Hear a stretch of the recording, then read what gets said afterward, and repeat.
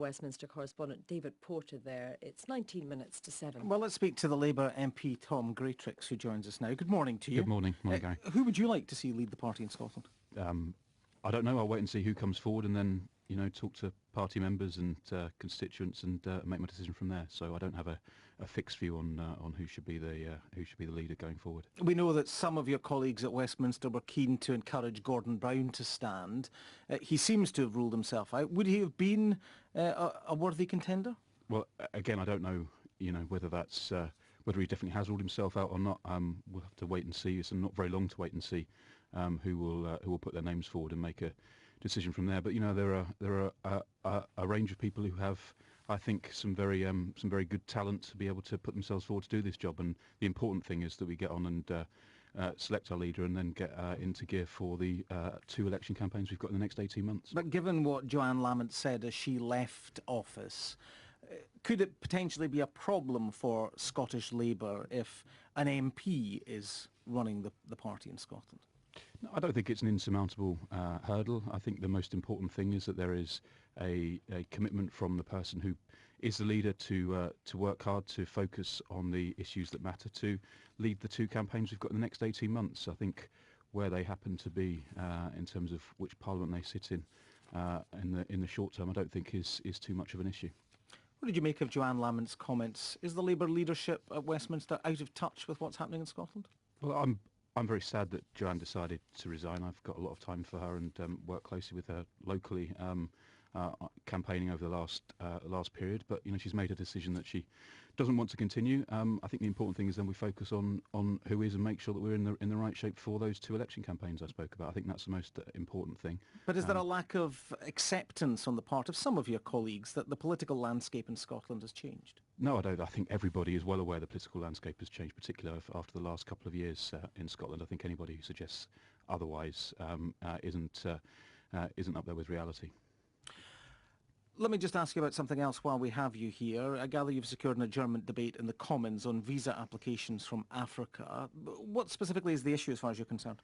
Well, the issue, and the reason I'm raising this issue, I'm chair of the all-party group on Malawi, is that over the past couple of years we found example after example of people who are wishing to come from Malawi to take part in some of the very good partnership organisations and relationships we have with many different groups in Scotland who are really struggling with the visa system. One of the problems is that the visa system for visitors from Malawi is now a cashless system going through Pretoria, but it doesn't take any account of, for example, the fact that international credit cards don't work from Malawi in the same way.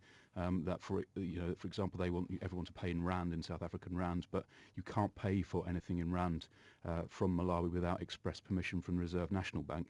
And of course, it's an online system, so there are all sorts of practical difficulties that are causing real problems. Just 2 weeks ago, Christian Aid were in Westminster for a meeting on climate change and had someone from Bolivia and someone from the Philippines. They were due to have someone from Malawi who wasn't able to get there because of trouble securing a visa, even when, as in this situation, the partner organisation, the charity is fulfilling all of the costs and all the requirements, but they still couldn't get through the bureaucracy of the system. And this really needs to change because it's in danger of really damaging some of the important relationships we have at local level in Scotland, but across the UK with Malawi.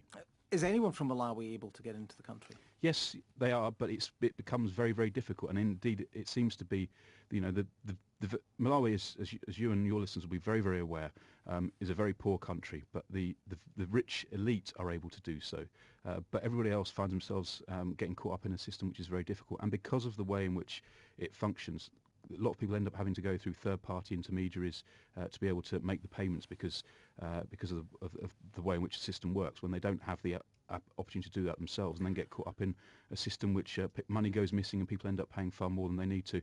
When the fees, in comparison to the amount of money that people live on in Malawi, most 60% of people live on less than £1 a day, are very, very high, and it's causing real problems. And it doesn't need to, because in very many of these cases, whether it's teachers, whether it's people from churches, whether it's people from fair trade organisations, charity organisations, the reason that people want them to come from Malawi is to explain about what's happening and to cement and entrench the relationships that are there.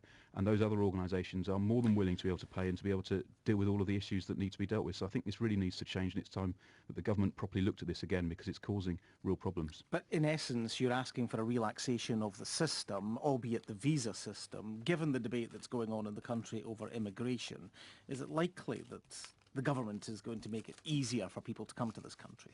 Well, it's not so much a relaxation necessarily of the of the requirements. It's about the practicalities of the system and making sure that people who are wishing to come for an entirely legitimate reason, they're not in any danger of absconding. They're here to do some work on behalf of the communities and groups they're involved in, their partner organisations in Scotland and across the UK, that they're able to get here to be able to do that and then to go back afterwards. I don't think there's any case of anybody in this category that I'm talking about who has managed to get to the UK who has absconded. And I don't think that's a realistic proposition in relation to these types of issues and these types of visits. And that's something which I think, it's about the practicalities of the way that system works, which it's entirely appropriate for the government to look at again. It's not a new issue. It's an issue I've raised over a couple of years, as have Lord Steele and Lord McConnell at various points. This is something which we really do need to get sorted out. Tom Greatrix, Labour MP, thank you very much for your time this morning. We'll talk